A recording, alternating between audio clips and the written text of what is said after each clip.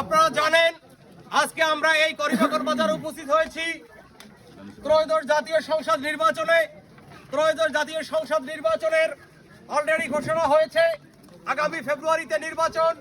সেই নির্বাচনে বাংলাদেশ জাতীয়তাবাদী দল বিএনপির পক্ষ থেকে মনোনয়ন প্রক্রিয়া শেষ হয়েছে।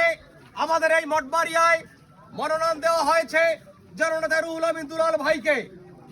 আমরা দেশনায়ক তারেক রহমানকে এই ধানের শীষ প্রদানের জন্য এই করিমগঞ্জ বাজারের পক্ষ থেকে এখানের সমস্ত জনগণের পক্ষ থেকে শুভেচ্ছা এবং অভিনন্দন জানাই। প্রিয় নেতৃবৃন্দ, আমরা একটি পরিবর্তনের জন্য গত 17টি বছর লড়াই করেছি।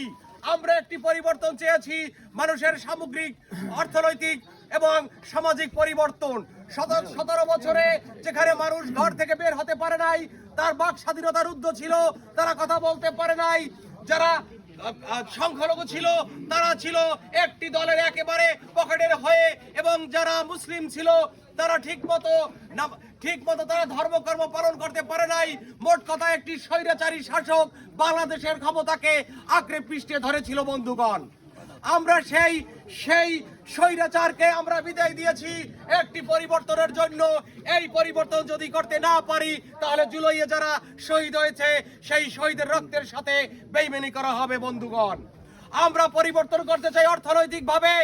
আমরা প্রত্যেকটা এলাকায় আমরা অর্থনৈতিক জোন